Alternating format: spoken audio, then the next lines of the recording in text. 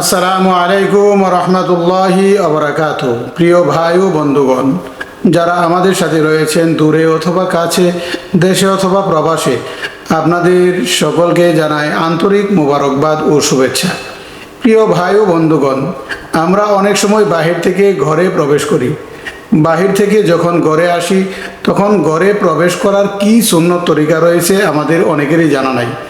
ঘরে প্রবেশের কিছু সুন্নত নিয়ম কানুন রয়েছে। প্রিয় ভাই ও বন্ধুগণ, যখন আমরা ঘরে প্রবেশ করব তখন আল্লাহ রসুল সাল্লাল্লাহু আলাইহি ওয়াসাল্লাম আমাদেরকে দোয়া শিখিয়ে দিয়ে গেছেন। দোয়া, জিকির, মাসনুন দোয়া এগুলো আমাদেরকে শিখিয়ে দিয়ে গেছেন। এগুলো আমাদের পাঠ করা জরুরি। আগে ঘরে প্রবেশের পূর্বে আমি সালামের কথা অবশ্যই বলেছি, এখন আবারও বলতেছি। ঘরে যখন আমরা প্রবেশ করব সর্বপ্রথম আমরা সালাম দেব। সালাম দেওয়ার পর কোরআনের নির্দেশনা অনুযায়ী ঘরে প্রবেশের সুন্নত এবং আমলসমূহের মধ্যে অন্যতম আমল হইল সালাম। এজন্য আমরা সর্বপ্রথম সালাম দেব। সর্বপ্রথম সালাম দেওয়া, তারপরে দোয়া পড়া, তারপরে জিকির করা এবং মেসওয়াক করা।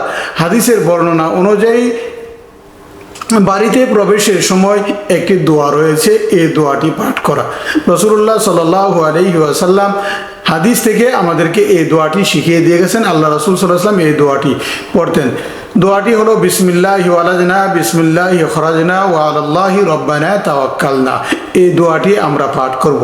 এর অর্থ হলো আল্লাহর নামে আমরা ঘরে প্রবেশ করলাম, আল্লাহর নামে আমরা ঘর থেকে বের হলাম এবং আল্লাহ আমাদের রব, আল্লাহর উপরে আমরা ভরসা করলাম।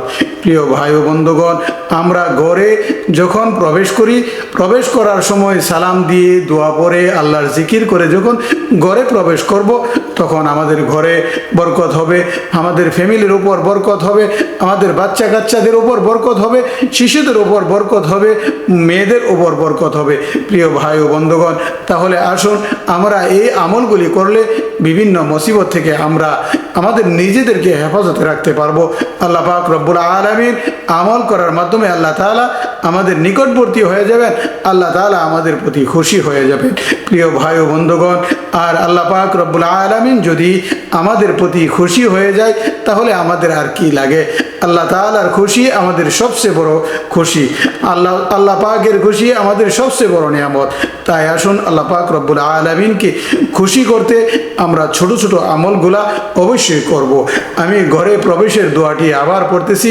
বিসমিল্লাহি ওয়ালাজনা ও বিসমিল্লাহি খরাজনা ও আলাল্লাহি রব্বানা তাওয়াক্কালনা। আল্লাহ পাক রব্বুল আলামিন আমাদের সকলকে আমল করার তৌফিক দান করুন। আমিন।